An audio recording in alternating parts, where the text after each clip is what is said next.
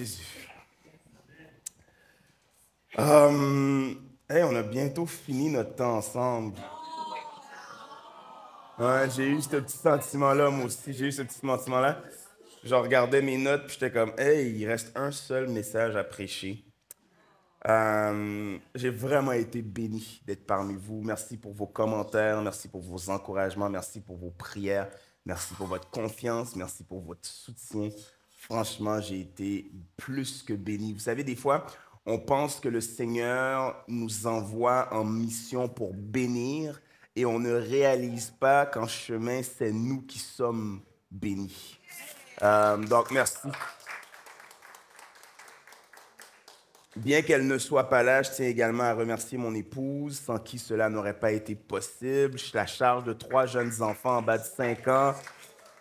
Son soutien est important pour moi. Aujourd'hui, on entre dans un 5e mythe. On va déraciner un 5e mythe au sujet d'être seul, au sujet du célibat ou au sujet de faire vie seule. Et cette idée, c'est que le célibat signifie aucune intimité. C'est de ça qu'on va parler. Le célibat signifie aucune intimité. On va démystifier tout cela ensemble. Être seul. C'est drôle, hein, parce que c'est un mot qui éveille notre imaginaire. Lorsque tu dis seul, automatiquement, on pense à une table à dîner avec juste toi dessus, ou on pense à un salon vide, ou on pense au party de Noël peut-être, ou on pense à des séquences, le lit froid de la nuit. Être seul. Être seul. Même que des fois, des gens diront, ben, Dieu a dit qu'il n'est pas bon que l'homme soit seul. Comment ça se fait que je suis seul? Même que des gens ont fait des raccourcis intellectuels disant que s'il n'est pas bon que l'homme soit seul, cela voudrait donc dire que moi étant seul, je suis incomplet ou incomplète. Sans conjoint, conjointe, je suis incomplet parce que Dieu a dit que. Mais c'est faux. Et je vous l'ai dit que l'homme était complet avant son secours. Et on a parlé de cela, puis quelqu'un a dit, ouais, mais comment ça se fait que l'homme était complet sans son secours? Pourquoi l'homme avait-il besoin de la femme? Et ce que Dieu a voulu faire dans sa révélation progressive ici, c'est qu'il a voulu montrer que, ontologiquement parlant, c'est-à-dire que dans son essence, la créature qu'il avait créée en la personne d'Adam était complète. Elle n'avait besoin d'aucun ajout, d'aucun retrait. Cela dit, puisqu'elle est à l'image de Dieu, il fallait qu'elle soit communautaire, parce que Dieu est communautaire. Le Père, le Fils, le Saint-Esprit, 3 personnes distinctes, existant d'éternité en éternité, c'est un auto-engendré. Le Père n'étant pas le Fils n'étant pas l'Esprit n'étant ni le Père ni le Fils. Et donc l'homme, pour qu'il puisse vivre cette communion, cette communauté, cette diversité, Dieu lui prit une côte. Pourquoi est-ce qu'on lui a pris une côte? C'est parce que la femme n'est ni inférieure à l'homme, c'est pour ça qu'on n'a pas pris son pied. La femme n'est ni supérieure à l'homme, c'est pour ça qu'on n'a pas pris dans son cerveau, on a pris dans sa côte parce qu'elle est vis-à-vis de l'homme, égale en dignité, différente en valeur. Et donc, oui, c'est vrai que Dieu crée la femme à l'image de Dieu. Mais ce qu'il faut vraiment comprendre, c'est que le célibat n'est pas un plan B. Célibat n'est pas un plan B. C'est pas genre, oh, je vais tout faire pour me marier, mais si jamais il faut que je finisse sans être marié, ben c'est le plan B.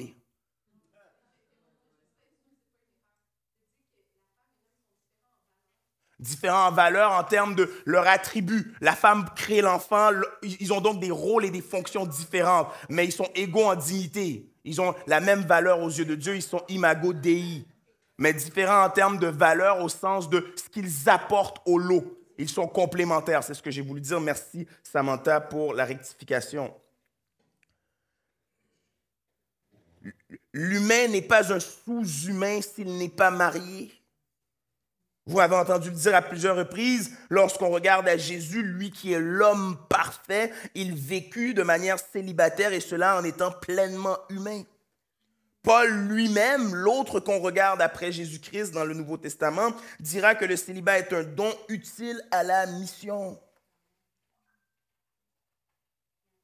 La plénitude n'est pas l'alliance dans l'annulaire gauche, c'est le Christ qui suffit comme nous l'avons déclaré. Trop souvent, on dit que si tu es seul, ta solitude est la preuve que Dieu t'a oublié.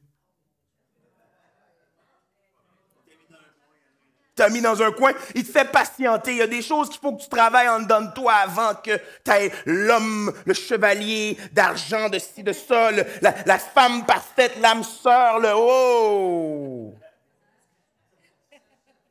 Un des textes qu'on va explorer, voilà, mensonge. Un des textes qu'on va explorer aujourd'hui, qui est un texte que j'ai appris à aimer dans les dernières années, nous montre comment Jésus recherchait la solitude. Certains spécialistes, pasteurs de disciplines spirituelles, dont un que j'aime suivre, parlent de cette discipline spirituelle qu'est la solitude. L'art d'être reculé, d'être en retrait pour entendre ce que l'Esprit dit. Jésus ne recherchait pas la solitude comme un gouffre, ni comme un endroit où s'apitoyer. Au contraire, il recherchait la solitude comme un lieu de rendez-vous.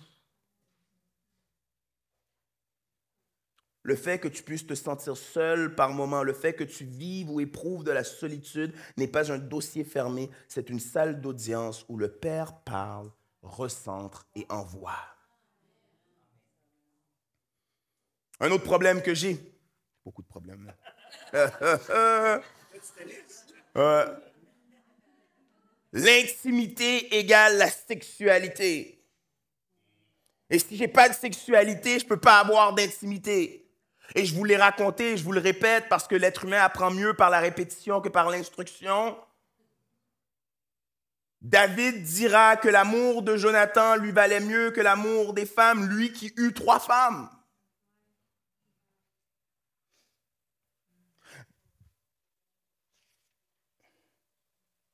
Le Proverbe 18 nous dit ceci, au verset 24. « Celui qui a des amis peut les avoir pour son malheur, mais il est tel ami plus attaché qu'un frère. » Celui qui a des amis peut les avoir pour son malheur, mais il est tel ami plus attaché qu'un frère. Et ce que la sagesse de Salomon veut nous enseigner ici, c'est qu'il y a une profondeur dans l'intimité qu'on peut vivre lorsqu'on a des amis de cœur. Il y a quelque chose qu'on peut vivre, qu'on ne peut pas vivre. Je vous donne, par exemple, ma vie. Lorsque je regarde ma vie, inquiétez-vous pas, bientôt on va rentrer dans la parole ensemble, mais lorsque je regarde à ma vie, je me dis, j'avais des amitiés qui étaient fortes et profondes, et lorsque je me suis marié, lorsque j'ai commencé à avoir des enfants, le courant a changé. Si je n'avais pas été marié, probablement que ces relations, puis on est dans le spéculatif, mais probablement que ces relations auraient été encore plus profondes. Il y a, comme je l'ai mentionné, dans chaque don, le mariage comme le célibat, être seul, il y a des grâces. Il y a des gens ici, vous avez été mariés, aujourd'hui vous ne l'êtes plus, et vous êtes capable de témoigner. Et c'est vrai ce qu'il dit. C'est vrai qu'il y a des choses que j'ai vécues dans le mariage qui sont jardins et déserts. Et il y a des choses que je vis dans ma période seule qui sont jardins et déserts. La Bible veut bien distinguer les deux, intimité et sexualité. Il est possible d'avoir des relations sexuelles sans véritable intimité. Et il est possible de goûter à une intimité profonde, la loyauté, la fidélité, le sacrifice, sans sexualité. Une amitié biblique, une fraternité spirituelle, vivre dans la famille de Dieu. Jésus, dans Jean 15, si ma mémoire ne fait défaut, dit « Je ne vous appelle désormais plus serviteur, je vous appelle ami. » Ami. Jésus fait cet écho que l'Église est une maison. Il fait cet écho que nous sommes ses amis et que Dieu a placé les solitaires dans des familles et dans une communauté où nous pouvons être connus et aimés. Il y a des gens ici, tu dis, c'est bon ce que tu dis, je crois à ce que tu dis, mais je ne veux pas te faire de peine, pasteur, je ne veux pas être méchant ou méchante, mais tu ne comprends pas tout à fait ce que je ressens. c'est beau ce que tu dis, puis je comprends, puis oui, c'est biblique, puis oui, c'est théologique, puis oui, oui, oui, oui. Mais pour vrai, la douleur vive qui fait que la nuit, je me couche avec des sanglots, tu peux, c'est dur pour toi de catcher. Puis je sais que tu es bien intentionné, puis je sais que tu es sensible, puis tu veux, pasteur, je comprends ça. Mais tu ne peux pas comprendre tant que tu ne l'as pas vécu. L'autre des textes qu'on va explorer nous dit ceci, qu'il y a un gars qui nous ressemble en tout point, est semblable à nous, qui n'est pas incapable de compatir à nos faiblesses. C'est vrai que le gars en avant, il ne catche pas tout exactement. Mais le gars en haut, pleinement homme, pleinement Dieu, ressuscité, ayant vécu la mort, lui, il comprend tout. Puis le texte continue, puis il dit pourquoi on peut s'approcher avec assurance du trône de la grâce. Avec le terme grec ici, c'est avec une confiance audacieuse. On peut être frontal. Parce que Jésus comprend c'est quoi le silence dans la vie. Lui qui a expérimenté le silence de la croix.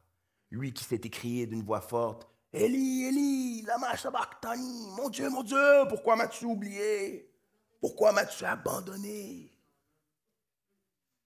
Mais lorsqu'on crie l'abandon, on pense, je me sens oublié, je me sens laissé pour compte.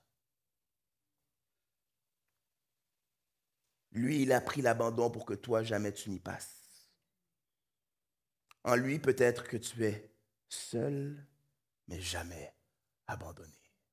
Et c'est ce beau chant, vous savez, après quelques jours ensemble, vous savez combien j'aime la louange, mais j'aime ce chant qui rappelle à mon âme que peu importe ce que je vis, je ne suis jamais seul. Il dit, non, jamais tout seul. Non, jamais tout seul. Jésus, mon sauveur, me garde.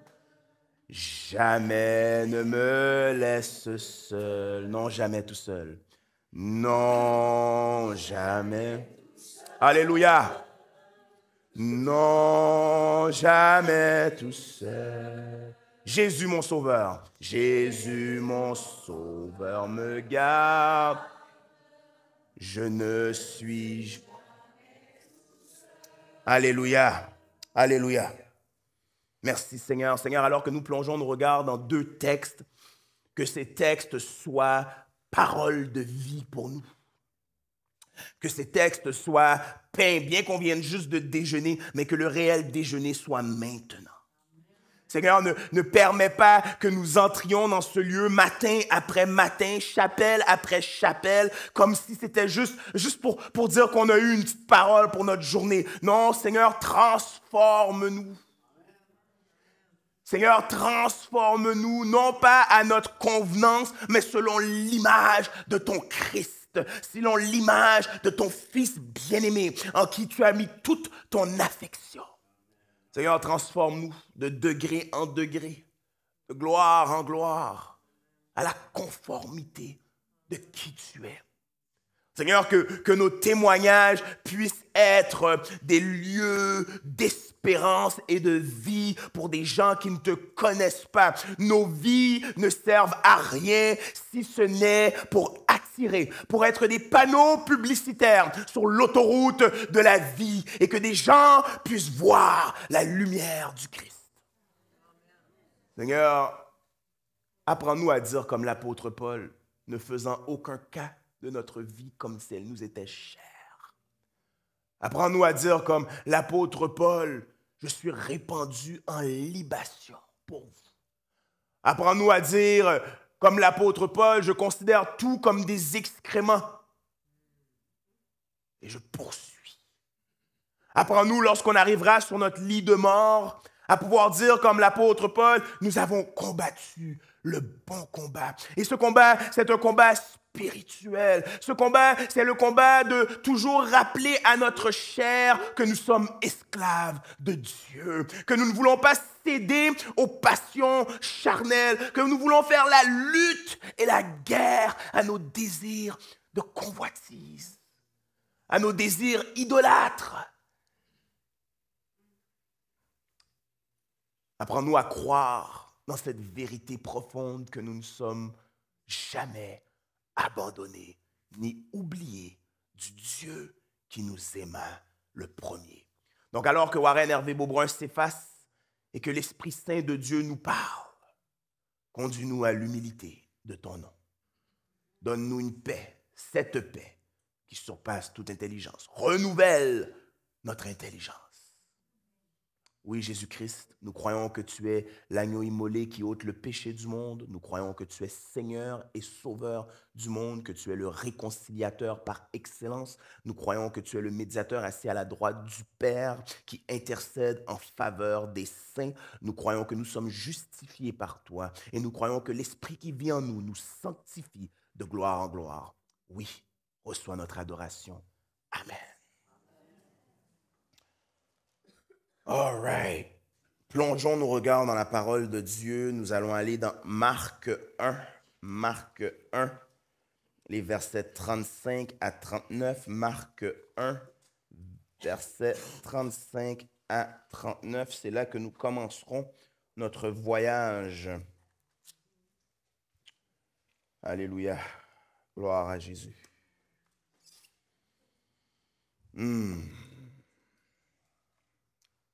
C'est pas à vous que je disais ça, mais je disais ça à l'assemblée auquel j'ai été confié, à laquelle, dis-je, j'ai été confié. Je leur disais que le problème qu'on a souvent, c'est quand on prend un texte, puis qu'on veut juste lire le texte sans regarder le contexte. Parce qu'un texte hors de son contexte est un prétexte. Et donc, avant qu'on plonge dans Marc 1, 35, 39, il faut qu'on comprenne qu'est-ce qui s'est passé de 21 à 34. Puis, on n'a pas besoin de monter les versets, je ne les lirai pas, mais juste vous mettre un peu dans le flow, un peu dans la cadence, dans le rythme. Il y a un gars qui s'appelle Joseph. Il est supposé se marier avec une fille qui s'appelle Marie. À l'époque, dans la loi juive et dans les coutumes juives de l'époque, il y a des façons de faire les choses. Le soir du mariage, après fiançailles, mariage dure une semaine, il va avoir la cérémonie donc comment dirais-je, de connaître sa femme, comme on a lu souvent dans la Bible. Puis ensuite, bon, l'hymen doit être percé, le sang, ceci. Il y a une façon de faire les choses. Mais là, il y a un petit problème. Marie va voir son homme, son chum, pas encore son fiancé, puis elle dit, « Hey, écoute, c'est pas ce que tu crois. » OK, je t'écoute. Je suis bien curieux. Je suis enceinte. Mais c'est pas ce que tu crois. Le gars, il se gratte un peu la tête. Il dit, écoute, je me rappelle de mon cours de biologie, tu sais.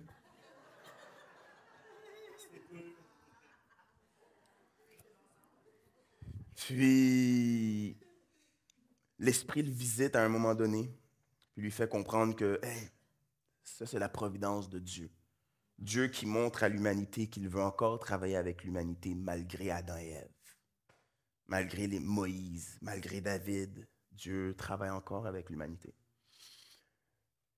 Joseph, il s'écoute, je ne répudierai pas ma femme, je ne vais pas divorcer, je vais aller jusqu'au bout.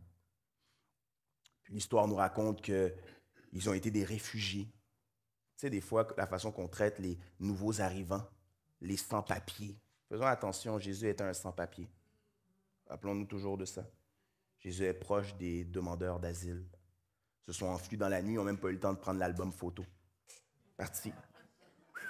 Direction Égypte, afin d'accomplir une prophétie qui disait « Hors d'Égypte, j'ai appelé mon fils », qui nous rappelle Israël qui a été sorti d'Égypte, Jésus, le meilleur Israël, qui sort d'Égypte. Jésus arrive à Montréal, mais peut-être pas à Montréal dans ce temps-là, c'était dans son coin à lui, dans son patelin. Puis il se met à suivre Dieu, faire la volonté de son vrai papa. Puis là où est-ce qu'on arrive dans Marc 1, ils arrivent dans une ville, Capernaum. Puis quand ils arrivent à Capernaum, ça se passe. Le ministère du réveil. Ça capote. Jésus prêche le règne de Dieu. Le royaume s'est approché. C'est incroyable ce qui se passe. Il y a des miracles, des gens qui étaient malades, des gens qui étaient possédés par des esprits maléfiques. C'est incroyable. Au point que les gens commencent à être un peu stressés, puis ils vont lui demander, « Que veux-tu de nous, Jésus de Nazareth? » Puis ça, c'est l'esprit impur même qui est comme, « Tu ne nous laisses pas faire la job, là, wow! » Puis il fait sortir l'esprit avec autorité. Puis là, ce qui nous intéresse, nous, c'est au verset 28, ça va dire, « Et sa renommée se répandit aussitôt dans toute la région de Galilée. » Wow! Dans toute la région de Galilée, sa réputation se répandit.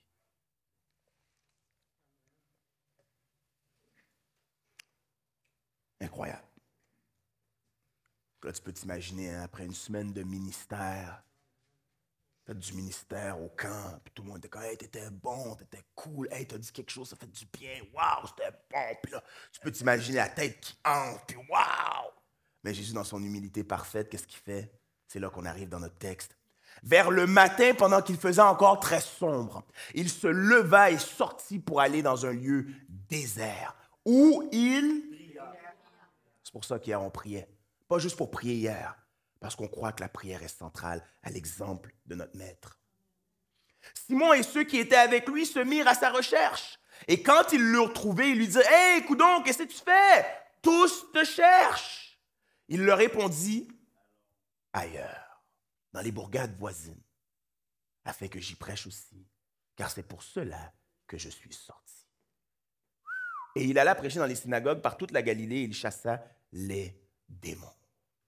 Mon premier point ce matin, c'est même Jésus a cherché la solitude. Tu aurais tendance à croire que tu es allé faire une semaine au camp des boulots, tout le monde t'a apprécié, le monde en demande plus, puis ils veulent que tu reviennes l'année prochaine. Tu aurais tendance à croire que parce que tu as un crowd qui t'apprécie, tu vas revenir. C'est le fun, la popularité. C'est le fun! Hey, le monde t'aime, cool, yeah! Jésus, il dit non, non, non, non, non. Ce qui vaut bien plus que la popularité, c'est la vocation. Puis cette année, moi, pourquoi je suis venu ici? Parce que le Seigneur me l'avait mis à cœur.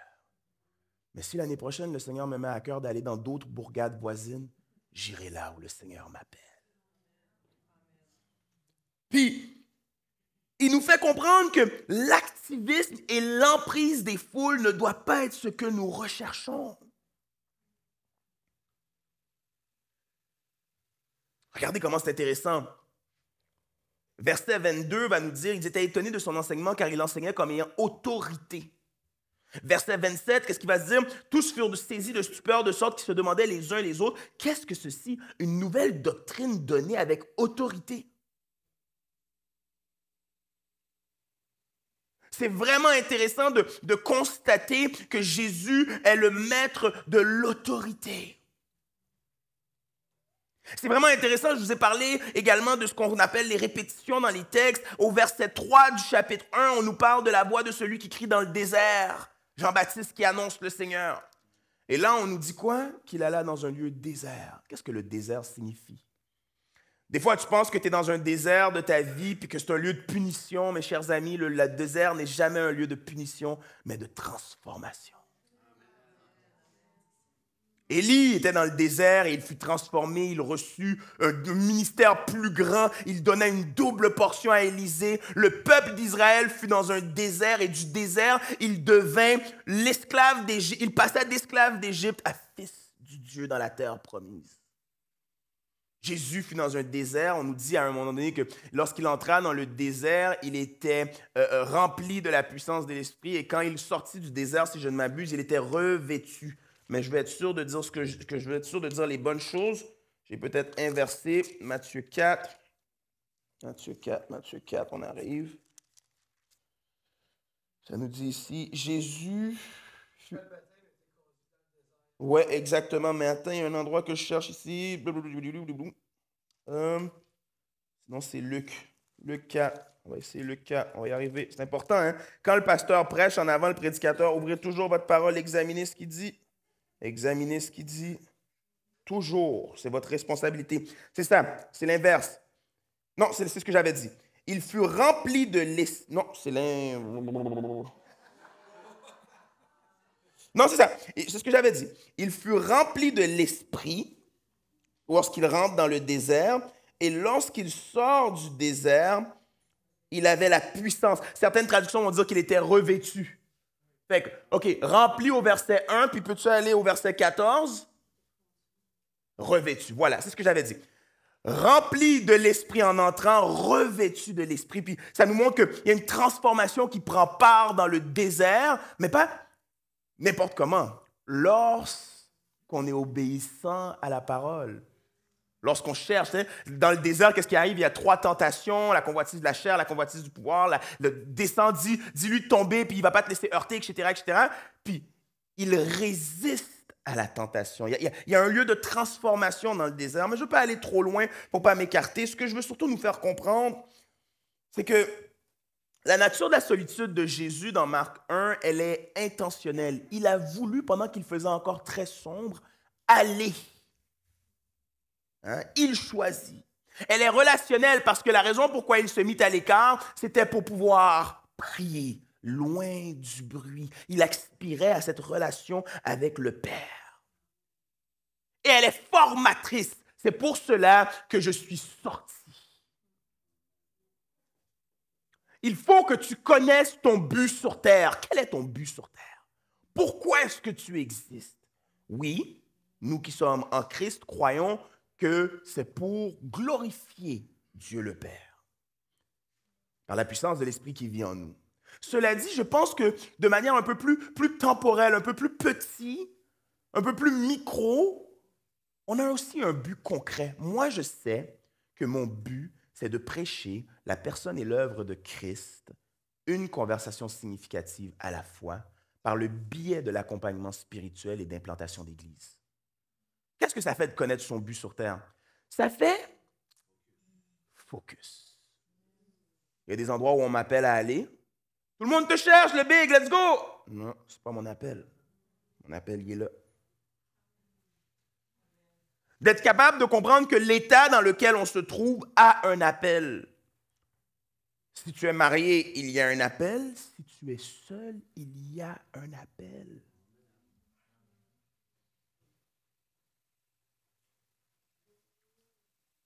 La solitude nous permet de mieux apprécier la relation disponible et accessible en Christ Jésus.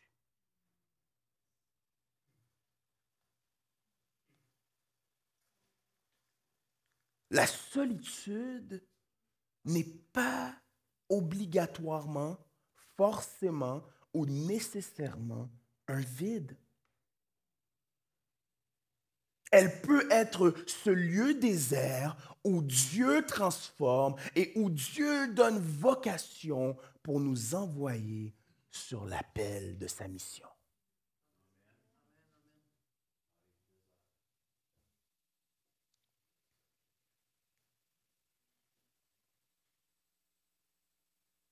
Des fois, dans notre célibat, parce qu'on est seul, on est réactif à la demande. Je suis seul, une femme s'intéresse à moi, me fait beaucoup d'œil, me fait des avances. Puis là, c'est comme, waouh, regarde. Salut, ça va?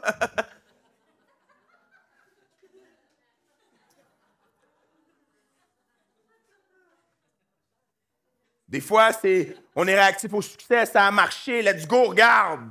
Faut y retourner, ça a marché. Et on devient confus entre la popularité et la fidélité. Suis-je populaire aux yeux des hommes ou suis-je fidèle à l'appel de Dieu?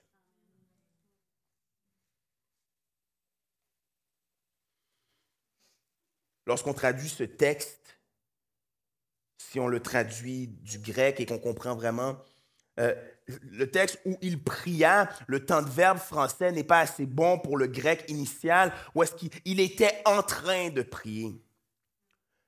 Quand on dit qu'ils se mirent à sa recherche, le sens ici, c'est qu'ils étaient comme en train de pister, de traquer. Comme on traque un animal, il faut qu'on le trouve, il faut qu'on le trouve. Il y avait une hâte, un engouement, il faut qu'on le trouve, on a de la job à faire.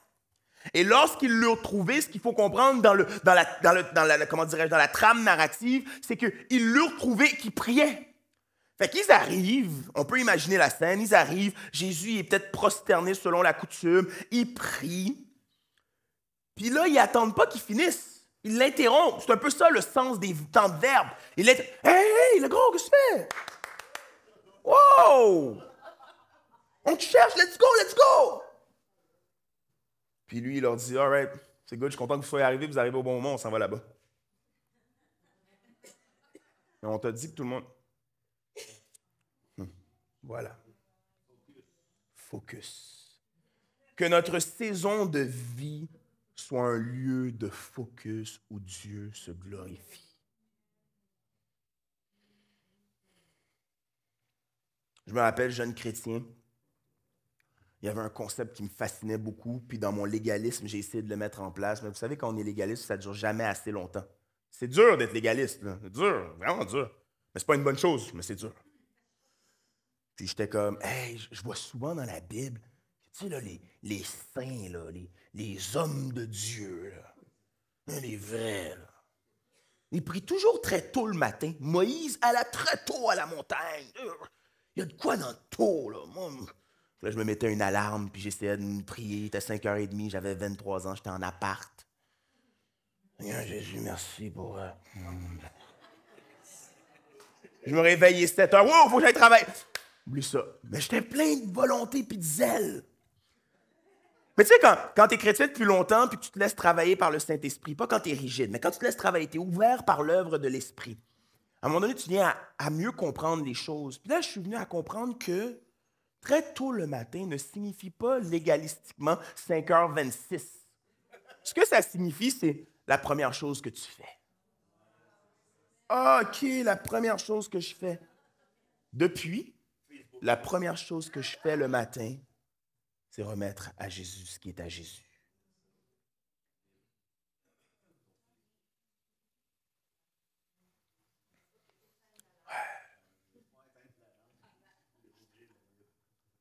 Je pense que plus on apprend à remettre à Jésus ce qui est à Jésus, plus on apprend à nous être délivrés de la tyrannie du urgent.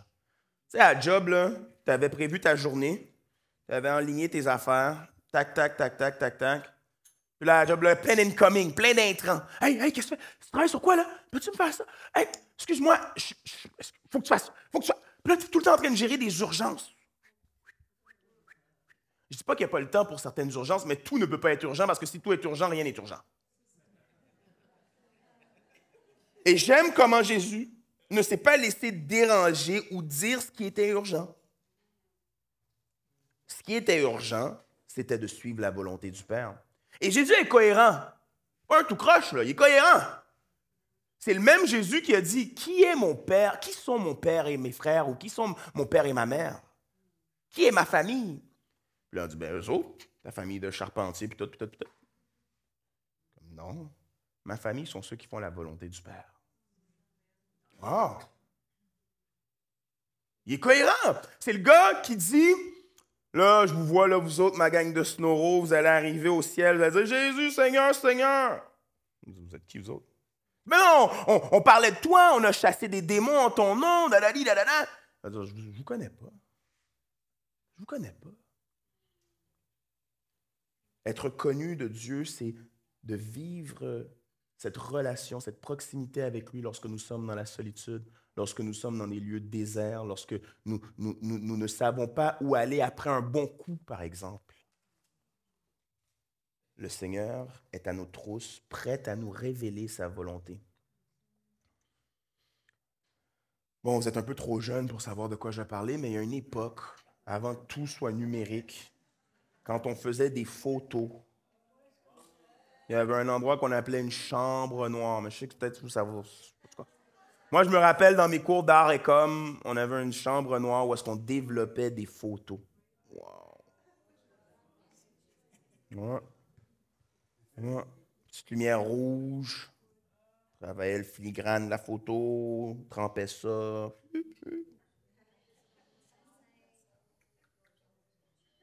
Yes. Hey, il y en a qui connaissent. Ça agace. J'aime le fait que Jésus se soit retiré dans cette chambre noire pour être trempé. Hein? Pour être trempé dans les trois bains, révélateur, arrêt, fixateur, rincé, séché, puis l'image apparaît. Vous voyez comment c'est beau, hein? Il s'arrête, puis l'image de la tente commence à sortir pendant qu'il est dans le premier bain. Prière et parole nous révèlent ce que Dieu voit en nous et pour nous, ce que Dieu a prévu depuis avant la fondation du monde. Wow, révèle. Puis, tranquillement, ça nous révèle également des zones d'ombre qu'on doit peut-être confesser, choses qu'on doit être guéri.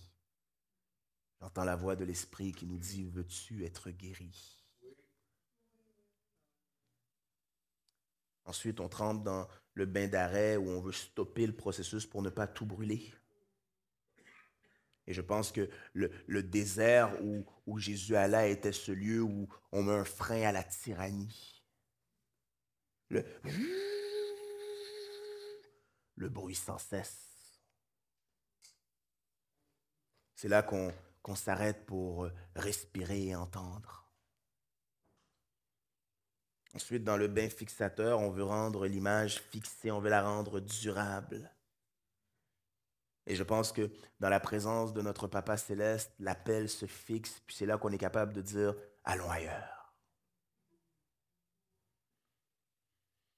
Ce n'est pas une pulsion, ce n'est pas une impulsion, ce n'est pas un envie du moment, ce n'est pas une mode, c'est une conviction. On rince, on met à la lumière, Jésus quitte le désert, puis s'en va. Sans la chambre noire, l'image reste floue. Sans l'arrêt dans la présence de Dieu, nous restons flous. Sans le verset 35, les versets 38 et 39 c'est du hasard, c'est balayé, on essaye de faire un peu les choses confus et agités.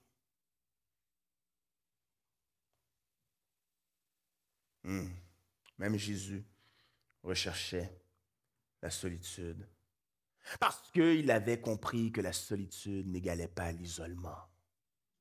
Il avait compris que la solitude n'égalait pas être abandonné, être oublié, être rejeté.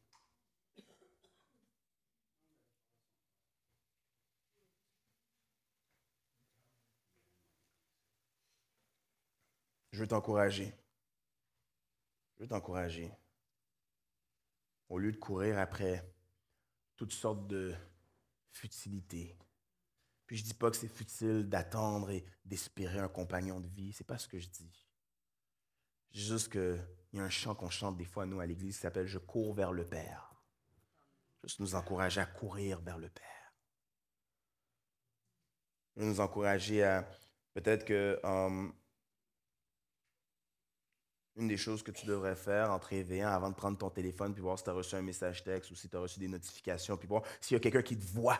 Hein? Souvent, la raison pour qu'on recherche des notifications puis des buzz, puis hey, j'ai mis une photo de moi au bord du lac, y a-tu quelqu'un qui l'a aimé? Ah, c'est parce qu'on aspire à être vu. On aspire à ça. C'est pas vrai là, qu'on veut juste partager au monde. Non, on aspire à se sentir important. C'est le syndrome de... On aspire à des relations. Pourquoi est-ce qu'on a des amis vivants humains, mais s'ils n'ont pas accepté notre demande d'amis virtuels, on est un peu confus. Hey, coudonc, je t'ai envoyé une demande d'amis, tu l'as-tu vu? Ben, tu sais que je suis ton ami, là. Pourquoi tu as besoin de ça? Ah non, c'est parce que tu ne m'as pas accepté. Hey, sais-tu quoi? Il m'a enlevé des amis Facebook. OK. Mais on est comme devenu connecté à la machine, puis on perd de vue le fait que l'Esprit vit en nous, que Jésus est notre ami, qu'on perd de vue qu'il nous voit, qu'il nous connaît, qu'il nous entend, qu'il nous instruit, qu'il nous corrige, qu'il nous cajole, qu'il nous réconforte.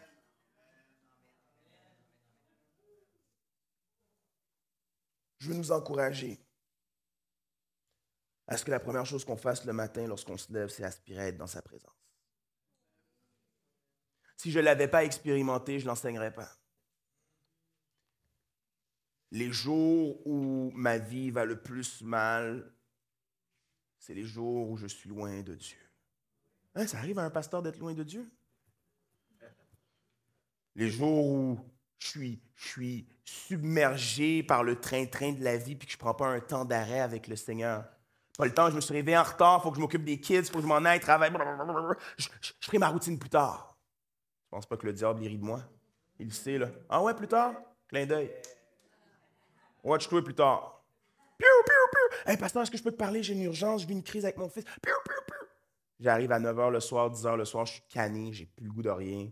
Là, tu penses que je vais ouvrir ma Bible, puis là, je vais aller m'asseoir avec mes surligneurs, puis commencer à surligner ce que l'Esprit me dit. Ah non, je vais me mettre une émission. Une émission, me décompresser.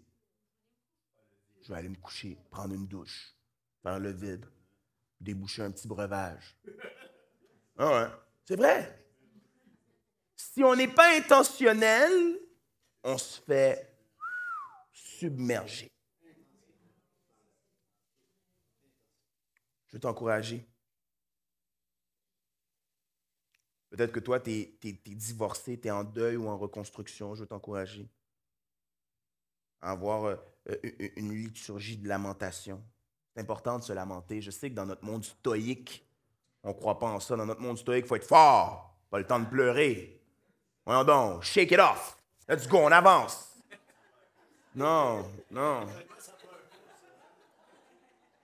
Il y a un livre dans la Bible, un livre qui s'appelle Lamentation. Il doit avoir une raison. On nous dit de Néhémie qu'avant de rebâtir la muraille, il prit des jours pour pleurer et jeûner lorsqu'il a entendu le rapport.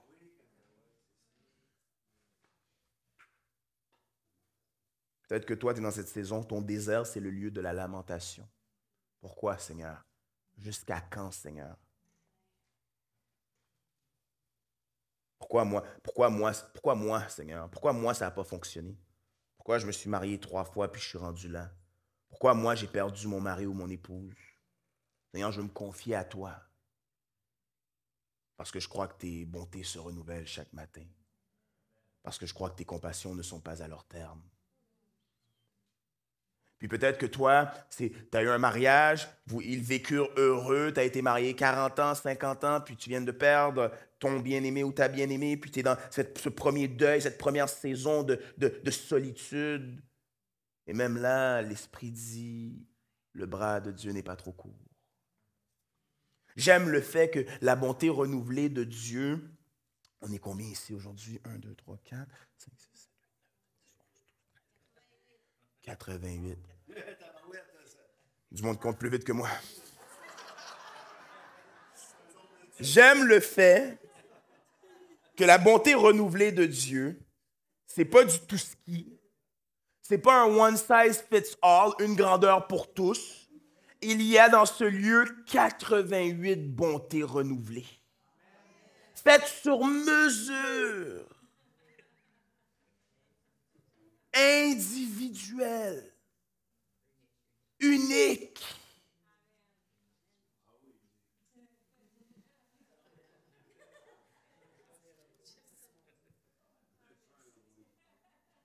Et Dieu met auprès de nous des moyens de grâce. Des moyens de grâce pour que nous puissions aller dans le désert, pour que nous puissions recevoir ce qu'il s'attend de nous et que nous puissions aller dans les bourgades voisines pour témoigner qu'il est Seigneur et Sauveur. Vous ne réalisez pas que votre témoignage est un atelier de vie. Vous ne réalisez pas que votre témoignage est un atelier de vie. Et quelqu'un m'a dit ça lorsque je grandissais en tant que chrétien. Il m'a dit, Dieu ne peut pas te donner un témoignage sans te donner du vécu. Vous êtes des ateliers de vie. On va vous poser des questions un jour. Comment tu as fait pour traverser l'adversité? Et vous allez pouvoir pointer à la lumière du Christ.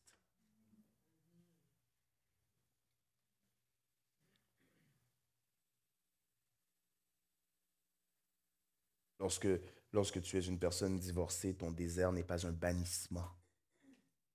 Dans la société, on fait valoir beaucoup, et même dans l'Église, que le divorce égale l'échec. C'est un mot fort, mais ce n'est pas un bannissement. Et je pense que c'est Socrate qui disait que le seul échec, c'est de ne pas essayer.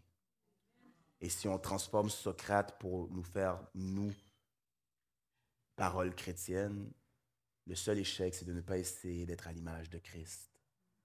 Et je pense que même en dépit des vallées, Dieu peut nous ramener au chemin du vert pâturage.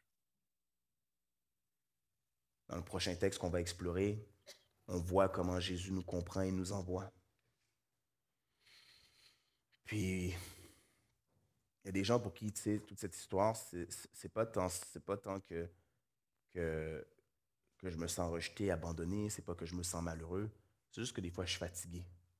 J'aimerais une tête sur laquelle me reposer. Dieu voit votre désir et Dieu comprend votre fatigue.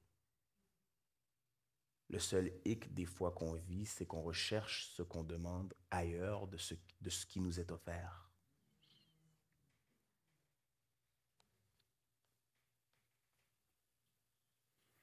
Allons maintenant ensemble dans Hébreux 4. Un texte bien connu,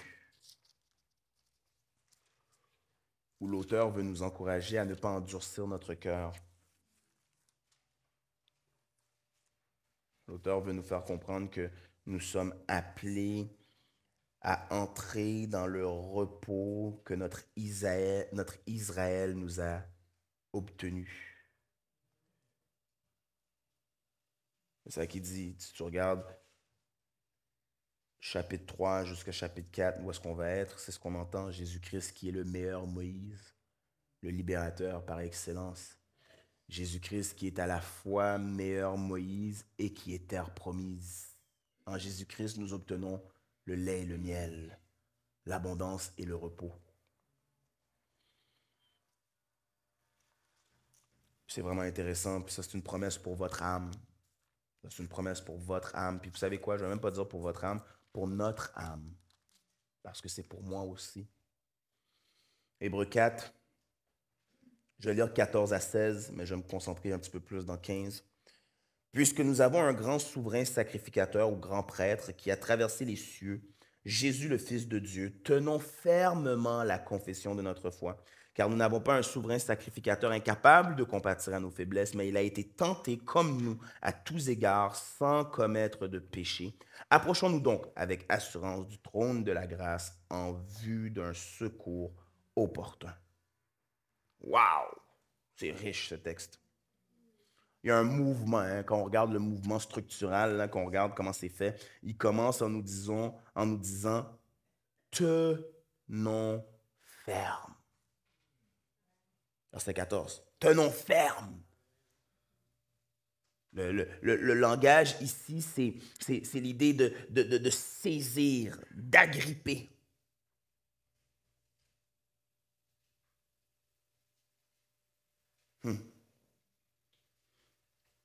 Peut-être que l'idée que j'aimerais véhiculer pendant quelques minutes, c'est que la solitude est un endroit que Dieu utilise pour nous parler.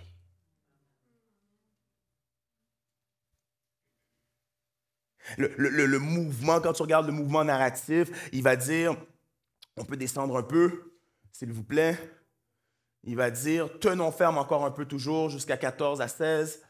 Tenons ferme. Demeurons, s'accrocher, s'agripper. Ensuite, il va dire, compatir à nos faiblesses. Tu vois la trame? Il compatit à nos faiblesses. Oui, on peut le mettre en jaune, c'est bien ça? Cool. Wow. Yes. Ah, peut-être pas. C'est correct. Toujours des petits trucs de passe-passe. Ils te font croire que c'est simple, là, ça, c'est comme... Abonne-toi. Incroyable. C'est juste en Jésus qu'il n'y a pas de piège. Incroyable. Oh là là.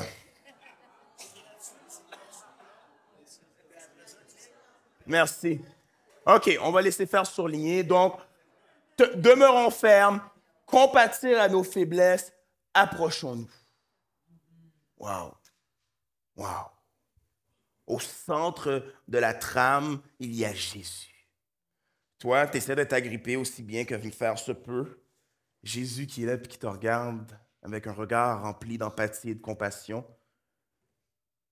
Puis toi qui, après avoir été ballotté, tu t'approches. Puis le langage, dans le grec ici, le avec assurance, c'est l'idée de l'audace. Vous connaissez l'expression québécoise, avoir du front tout le tour de la tête. C'est ça. C'est ça.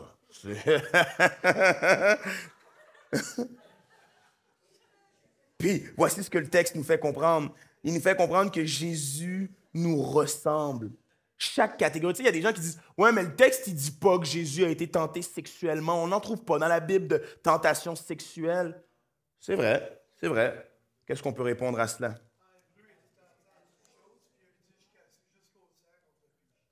Merci. Merci beaucoup, Guy. J'apprécie. J'apprécie cette réponse. Quelqu'un d'autre veut s'essayer? Pardon? Excellent, Christian. C'est exactement ce que notre frère Guy vient de dire. J'apprécie, j'apprécie. Merci tout le monde. Moi, je vous amène ailleurs dans la Bible, même si vous avez été dans la Bible aussi. Voici ce qui est écrit. Où est-ce que tu es? Où est-ce que tu es? Oh. C'est important de connaître sa parole. C'est important de connaître sa parole.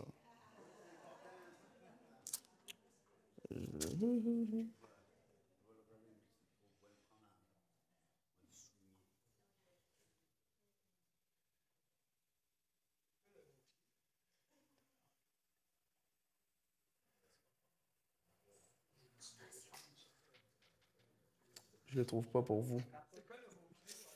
Dans 1 Jean 1 ou 4, j'ai l'impression, j'ai envie de dire, où est-ce qu'on nous dit que Dieu a été tenté par la convoitise. Il y a la convoitise de la chair, peut-être?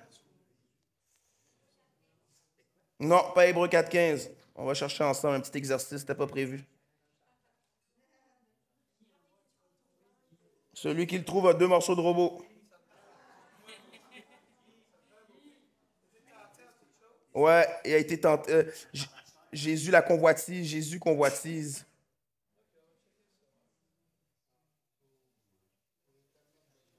Attends-moi. Ouais. OK, je vais continuer, mais je vais vous le trouver puis je vais vous le dire, mais j'ai l'impression que c'est 1 Jean 4, c'est juste que je le regarde trop vite. Nous sommes de Dieu. Peut-être c'est 2 Jean? Non, c'est 1 Jean. 2 Jean. Tu l'as? Non?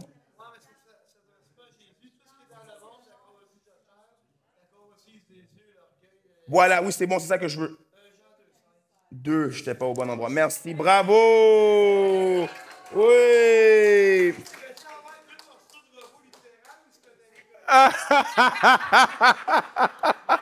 Exactement le texte. Il dit, n'aimez pas le monde ni ce qui est dans le monde. Si quelqu'un aime le monde, l'amour du Père n'est pas en lui, car tout ce qui est dans le monde, la convoitise de la chair, la convoitise des yeux et l'orgueil de la vie, ne vient pas du Père, mais vient du monde. Et si Jésus était dans le monde et que le Père était en lui alors qu'il était dans le monde, on peut donc prendre ce texte pour en déduire que Jésus lui-même fut tenté par ces choses, mais il ne les aima point. Un peu comme on dit souvent, les gens disent ah, l'argent c'est pas bon, mais la Bible ne dit jamais que l'argent c'est pas bon. La Bible dit que l'amour de l'argent, c'est ce qui est la racine de tous les maux. Je reviens à notre message pour nous faire comprendre que lorsqu'il a été tenté en toutes choses, Jésus peut compatir. Il n'a jamais cédé. Et ça, c'est notre espérance. Tu sais, des fois, là, tu veux t'acheter peut-être que tu veux t'acheter, je ne sais pas, quelque chose. Okay? Tu veux t'acheter quelque chose, peu importe c'est quoi la chose que tu veux t'acheter. Tu vas avoir un expert pour avoir de l'information. Right? Tu veux t'acheter une maison, tu vas voir un courtier, tu lui demandes des choses. Peut-être quelqu'un qui a un parc immobilier, si tu veux investir dans l'immobilier, tu veux des assurances. Peu importe ce que tu recherches à acheter un véhicule, tu vas aller voir un expert parce que tu lui fais confiance qu'il s'y connaît. Mais si on veut ne pas céder à la tentation, pourquoi ne pas aller voir l'expert qui s'y connaît?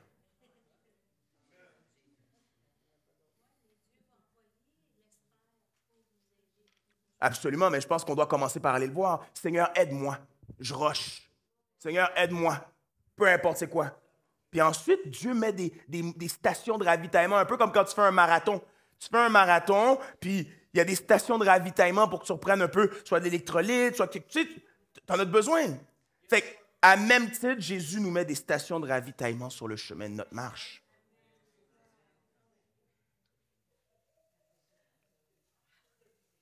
Je retourne à Hébreu avec nous. Dieu utilise la solitude comme un espace où nous parler. Lorsqu'on regarde Hébreu 4 encore, qui dit, puisque nous avons un grand souverain sacrificateur qui a traversé les cieux. Christ est exalté. Il est passé de l'autre côté. Ce faisant, il rejoint nos bas-fonds parce qu'il est celui qui compatit. Et finalement, il est celui qui nous attend en vue d'un secours en vue d'un secours opportun. Dieu ne te laissera donc jamais abandonner. Dieu arrive au bon moment, toujours au bon moment, toujours au bon moment. Il est peut-être en retard dans ton livre à toi, mais il est toujours au bon moment dans son livre à lui.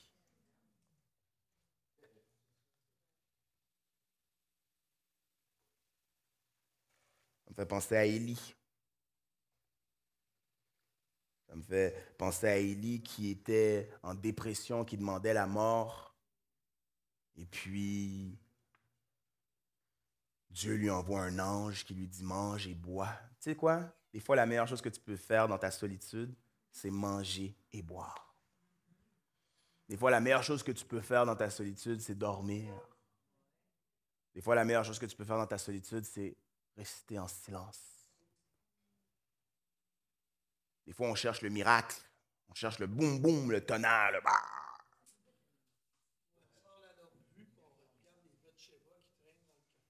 Ouais, ouais. Alors que Dieu dit, hey, je suis là. Je suis là. Je suis juste ici. Le plus qualifié pour comprendre ta solitude, ce n'est pas un ou une partenaire, c'est Jésus. Saviez-vous que vous pouviez être marié et vous sentir seul? Fou ça. T'imagines-toi le comble de l'ironie. Je me sentais seul, je me suis marié pour du compagnonnage, puis je suis encore plus seul maintenant.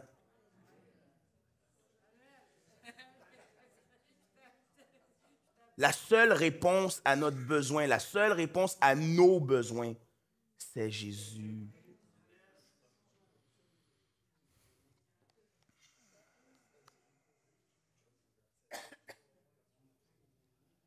Ce que j'aime du texte, c'est que Jésus n'a pas honte de ceux qui ont honte. C'est beau ça, Jésus n'a pas honte de ceux qui ont honte. Puis le fait que le texte nous dit qu'il a traversé les cieux, ça nous rappelle qu'il est vivant. Il est vivant. Il est vivant. Et le fait qu'il est vivant, nous changeons, mais lui ne change pas. Wow. Donc, en ce sens, pour moi, rappelons-nous, qu'est-ce que je veux qu'on réalise ici, c'est que dans notre solitude, Jésus compatit réellement. C'est pas une pitié, c'est pas gentil, il y a du monde qui ne peut pas faire, c'est pas une pitié froide ou une petite pitié, oh pauvre chou, non, non, non. C'est qu'il souffre avec. Quand tu te dis que personne ne te comprend, Jésus répond, moi je te comprends de l'intérieur.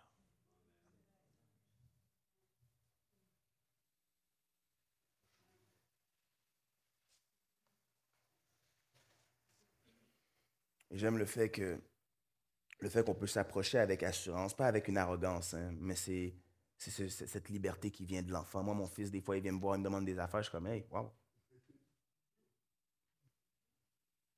OK. Un peu effronté, mais c'est correct. Pas gêné.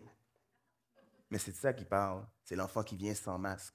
Des fois, mon fils, il ne fait pas le lien qu'il y a un cue social. Tu sais, il est minuit et demi, il m'a demandé d'aller jouer au basket, ça n'arrivera pas. Tu es supposé être en train de dormir, ça fait 4 heures, j'essaie de te faire dormir.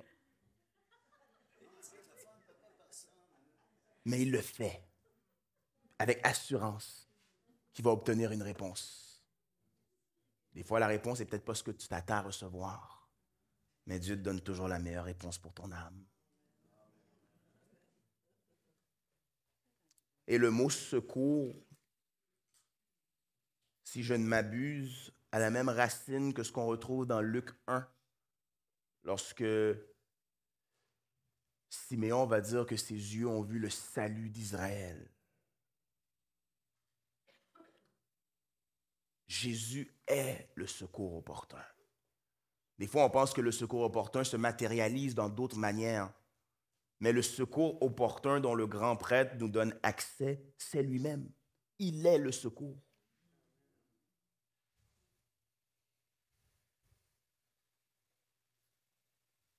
Commençons par accepter que l'intimité première, c'est pas vrai que sans couple, tu n'as pas d'intimité. L'intimité première est avec Dieu.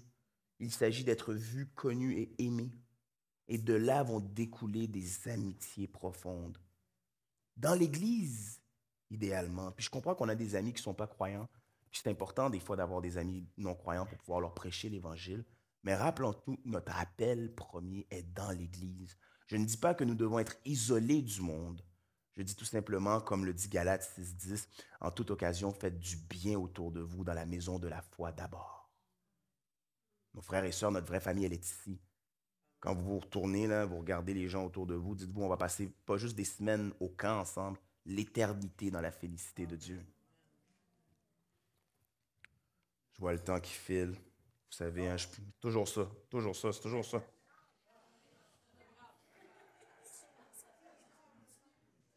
OK. Je pense que on renverse, je pense qu'on renverse le mensonge de l'ennemi quand on apprend à croire. Hein. J'ai appris, Paul va dire, j'ai appris à me contenter de l'état, j'ai appris, je pense que lorsqu'on apprend à croire que la solitude n'est pas un vide à combler, mais une terre à cultiver. Je pense que c'est là qu'on apprécie réellement l'état dans lequel on est. Dieu peut faire germer le caractère, Dieu peut faire germer la communion et la mission.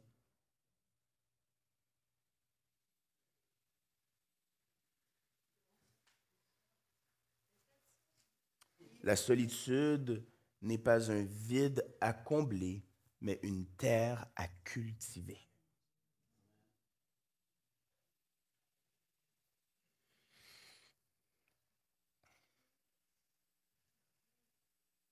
Je vais vous proposer un acrostiche pour mes amis qui sont célibataires et seuls. Ils sont comme, ben c'est toutes nous ça. Hello! Un acrostiche solo. Solo. S pour silence, prendre du temps dans la présence de Dieu, dans le désert, hein, le silence. C'est toi qui vas choisir le nombre de minutes que tu passes là, mais S pour silence. O pour oral, une prière écrite que tu récites comme Marianne a fait pour nous, ou une prière orale que tu fais. S-O. L pour lecture, lis la parole.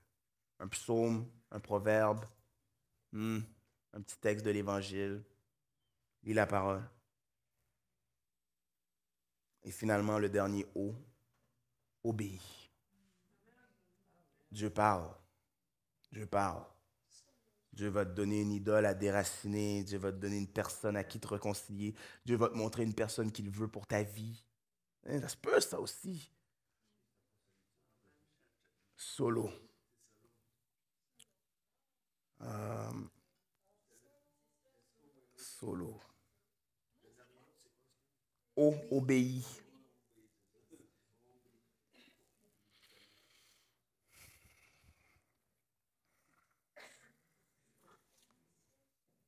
Yes. Si tu connais pas Jésus ou si tu es en exploration avec Jésus, si tu as quitté la foi depuis longtemps, que ce lieu soit un lieu où Dieu se révèle à toi. Que ce lieu soit un lieu où Dieu se révèle à toi, un lieu où tu reviens à lui.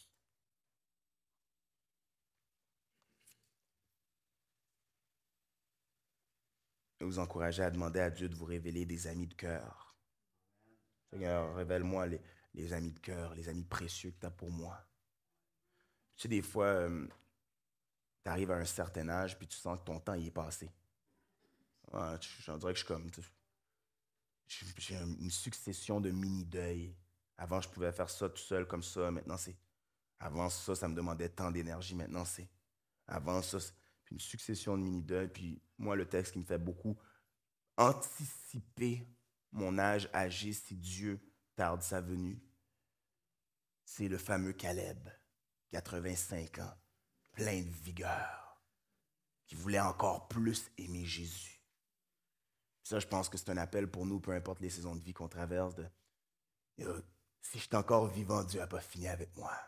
Si je suis encore vivant, j'ai encore plein de belles choses à vivre et voir. Parce que, il était peut-être marathonien. Parce que vous savez quoi? Même dans le corps qui faillit, l'Esprit de Dieu nous appelle et nous dit, je vous rappelle tranquillement à moi. Même dans la souffrance du corps, l'Esprit de Dieu nous dit, j'ai tout souffert pour vous. Et l'espérance du chrétien, c'est qu'il y a un lieu où nous allons, où il n'y a ni souffrance, ni grincement de dents, ni larmes, ni deuil. Dernier point pour la matinée. Ta solitude peut devenir un lieu de fécondité. Wow. Wow. Fécondité.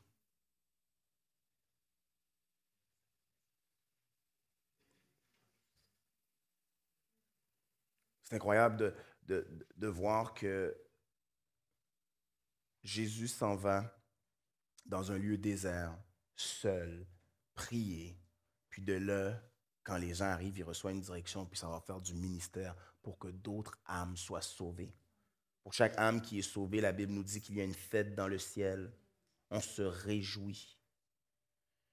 Puis l'illustration que j'ai pour nous aider à bien comprendre le tout se trouve dans Jean 12. Jean 12.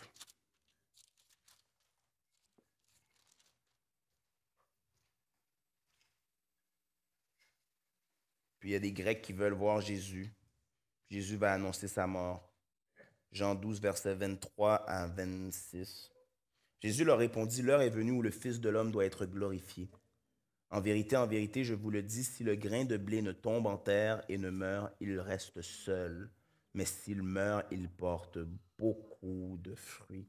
Celui qui aime sa vie la perd, et celui qui a de la haine pour sa vie dans ce monde la conservera pour la vie éternelle. Si quelqu'un me sert, qu'il me suive, et là où je suis, là aussi sera mon serviteur. Si quelqu'un me sert, le Père l'honorera.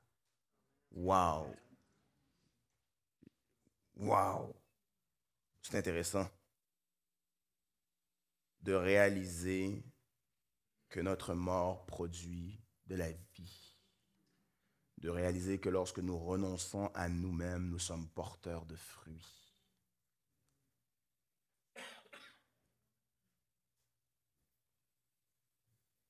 Wow! Jésus est la graine par excellence qui enfouit dans la terre cachée du désert de Marc 1 meurt et porte du fruit. Évidemment, le texte ici, le sens concret, parle de la crucifixion, parle de la mort et la résurrection de Jésus pour le salut de la multitude. Évidemment, lorsqu'on regarde le contexte johannique de l'époque, on comprend que les Grecs qui viennent le voir, parce qu'il faut comprendre que Jean est quelqu'un qui écrit à partir d'une christologie qu'on appelle élevée. Ce n'est pas une christologie comme Marc, où est-ce qu'il part de Jésus est un homme, puis il monte vers la divinité. Jean part d'en haut. Au commencement était Dieu, Dieu était, etc. Il descend vers le bas. Et donc, il y a beaucoup de ce qu'on appelle sémiose, donc beaucoup de signes. Et lorsqu'il nous montre que les Grecs vont voir Jésus et que Jésus annonce sa mort avec une telle métaphore, par explication, illustration, c'est pour nous montrer que le beaucoup de fruits dont il est question, c'est la multi-ethnicité des disciples de Jésus. C'est pour nous montrer que le corps de Christ est un corps multi-ethnique. C'est pour nous montrer ce que Matthieu disait lorsqu'il dit « Allez et faites de toutes les nations des disciples ». C'est pour nous rappeler ce que Jean va écrire dans l'Apocalypse quand il dit que je vis une multitude de foules, une multitude de gens, des gens de toute tribu, de toute langue, glorifier l'agneau. Et donc, qu'est-ce qu'on doit comprendre ici? Bien que le texte parle spécifiquement de crucifixion, mais je pense qu'on peut l'appliquer dans notre saison de vie, que notre solitude peut être enfouie, nos désirs non exaucés, nos rêves non accomplis, nos choses mises en marge. Et si nous acceptons de lâcher prise, je pense que nos vies peuvent devenir porteuses de fruits. Uniquement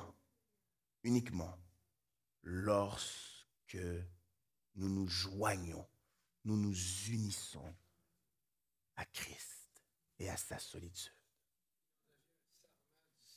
qui porte du fruit. Amen et amen. 3 chapitres plus loin. Celui qui demeure en moi porte beaucoup de fruits. Mais fait intéressant de ce sarment, celui qui porte beaucoup de fruits, qu'est-ce qui lui arrive? Il est émondé. J'ai toujours trouvé ça fascinant. C'est une technique en horticulture où on coupe des petits bouts pour faire plus de fruits. Mais ça fait mal. Pourquoi tu me ferais mal pour que je porte plus de fruits? J'ai toujours été fasciné par ce concept d'horticulture. Jésus dit, parce que ça va bien dans ta vie, moi t'en couper un peu, moi t'éprouver un peu, tu vas voir, ça va aller mieux. Un autre belle métaphore, l'or, voyons donc, on l'a mis dans le feu, purifié, et tu es en train de me dire pour que je brille encore plus, tu vas, les épreuves. Donc là, on arrive à comprendre que les épreuves ont pour but de nous sanctifier à l'image du Christ. Wow! Wow! Ça fait mal.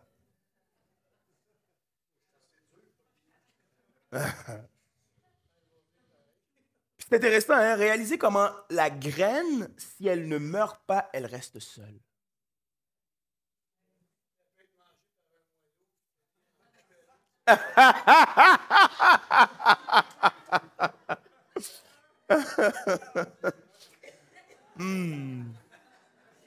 Amen.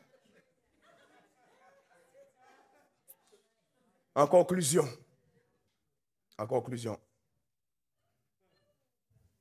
je pense que d'accepter de se retirer, d'accepter de laisser mourir l'ego, c'est d'enfouir la graine.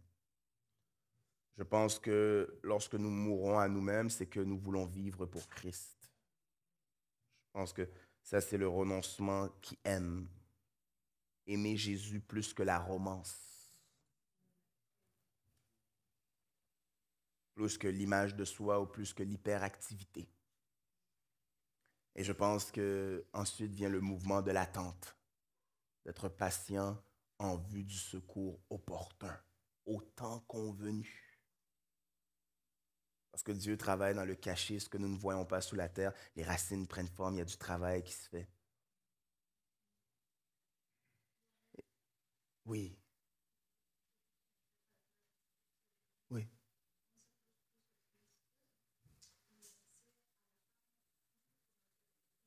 Amen. Toujours pour notre bénéfice. Chaque fois qu'on s'approche de Christ, c'est nous qui gagnons. Un peu comme je disais au début, je suis venu ici avec l'intention de vous bénir, puis je réalise que je repars d'ici, puis je suis béni. Puis c'est ça. C'est exactement ça. Et finalement, après avoir fait l'enfouissement, la mort et l'attente, vient la germination et la multiplication. Il y a un fruit intérieur qui est produit, le fruit de l'esprit. Et il y a un fruit extérieur qui est produit, une fécondité. Des gens qui s'attachent à vous pour suivre mieux le Christ. Des gens dont vous devenez les parents spirituels. Des gens où vous devenez vraiment à les amener à aimer Jésus.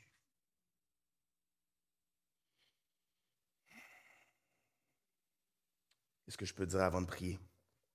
Je veux nous enseigner à enterrer nos graines, mais je ne veux pas qu'on les enterre n'importe où. Enterrons-les dans le cœur du Père. Je veux nous encourager à ne plus voir notre solitude comme une tombe, mais à le voir comme une pépinière.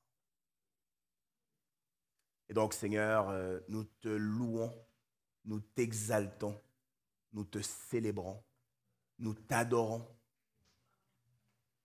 nous courbons notre échine, notre tête devant toi, en guise d'humilité. On n'a pas toutes les réponses, on ne sait pas ce que demain nous réserve, mais nous savons une chose, tu es là, agissant parmi nous. On n'a pas toutes les réponses, mais nous savons une chose, que chaque jour suffit sa peine. On n'a pas toutes les réponses, mais nous savons une chose, qu'aujourd'hui tu as un pain pour nous, fait sur mesure. Nourris-nous, abreuve-nous, rapproche-nous de toi. Le célibat ne signifie pas ne pas avoir d'intimité. Au grand contraire, il nous offre la place d'avoir des amis de cœur avec qui l'intimité est plus que l'amour d'une femme ou d'un homme. Il nous offre la possibilité de chérir l'Église, de vivre en famille avec celle que tu nous as donnée comme ton épouse.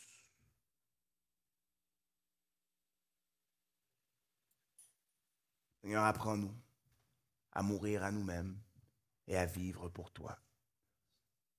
Toi qui es le grand Dieu souverain, digne de louange, redoutable.